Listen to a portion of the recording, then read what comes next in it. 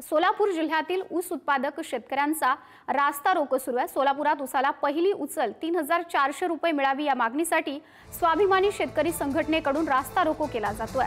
स्वाभिमानी शेतकरी संघटनेने सोलापूर विजापूर हा महामार्गावरती रास्ता रोको केलाय।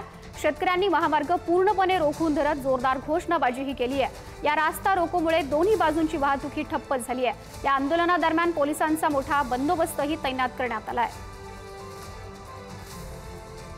विजयपूर राष्ट्रीय महामार्गावरती स्वाभिमानी शेतकरी संघटनेचं जे आहे ते आंदोलन सुरू आहे।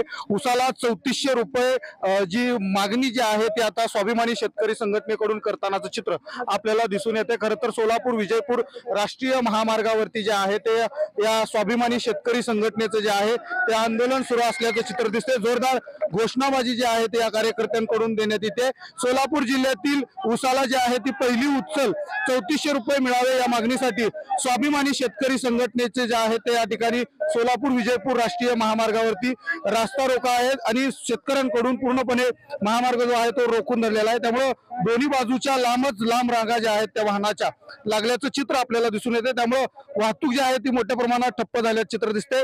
उसाच्या पहिल्या उचल दरावरून सोलापूरमध्ये आता शेतकऱ्यांचा संघर्ष जो आहे तो तापल्याचं चित्र आपल्याला एकंदरीत दिसून येते। त्यामुळे एकंदरीत आता शासन काय निर्णय घेणार हे देखील आता पाहणं महत्त्वाचं ठरणार आहे। एकंदरीत पोलिसांचा देखील मोठा बंदोबस्त जो आहे तो या ठिकाणी तैनात करण्यात आलेला आहे। एकंदरीत हा जो संपूर्ण सोलापूर विजयपूर राष्ट्रीय महामार्ग जो आहे तो या ठिकाणी रोखून धरल्याचं शेतकऱ्यांचं चित्र आपल्याला एकंदरीत दिसून येत आहे। अनिकेत गायकवाड, पुढारी न्यूज, सोलापूर।